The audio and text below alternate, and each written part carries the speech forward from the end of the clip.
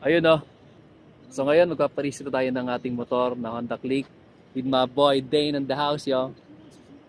So paparehistro natin ngayon to.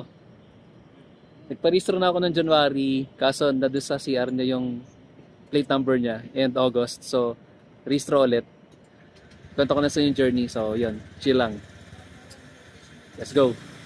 Dito ako sa STM PMVIC nagpapa-emission dahil complete na dito. Bali nandito yung pag-inspection ng sasakyan at emission.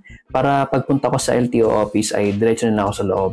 I-share ko dito sa screen yung location, ang address, operation time nila para sa mga gustong pumunta at dito rin magpa-emission ng kanilang sasakyan.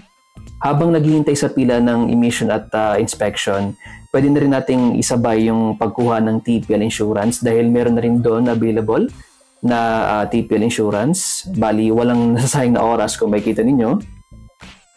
At ayan, na-release na sa atin yung emission and inspection paper with TPL documents na rin yan. Tara, punta na tayo sa LTO office dito sa Marikina. Gaya nga ng sabi ko kanina, since kompleto na yung inspection at ating emission kanina, hindi na tayo kailangan magpa-inspect ulit dito sa LTO office.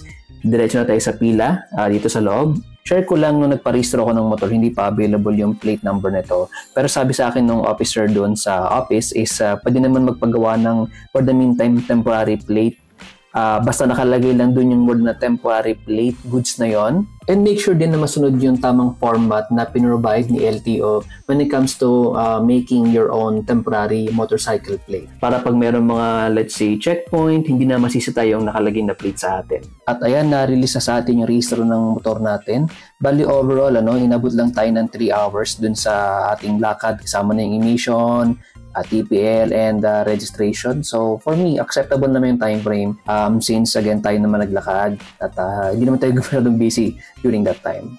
Okay, so ngayon nabasa ko yung text message sa akin ng Motor Trade na available na raw yung plate number ng ating motor. Actually, nag-send sila ng message last Sunday pa. Ngayon ko lang nabasa. So sabi sa text message is kailangan lang naman ng copy ng one valid ID tsaka photocopy na rin ng ORCR. So again, photocopy ng one valid ID at saka ORCR. Ayun, punta tayo ngayon para kunin yung ating plate number sa motor. Let's go. Actually, magto 2 years na yung motor sa atin ngayong December. At sa tagal na yon, buti naman at naging available na yung plaka natin. Eto, papunta na tayo para kunin ang ating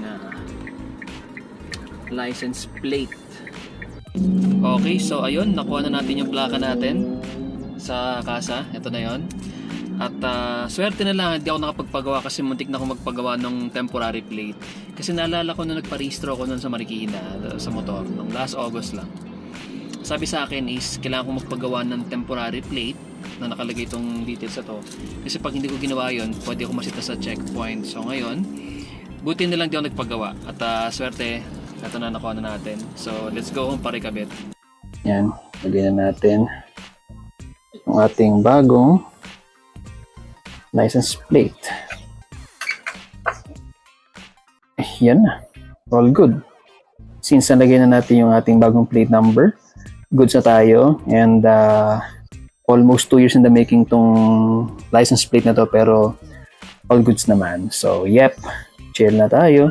Okay, so since tapos na tayo dito, as always, check nyo other videos natin and stay chill!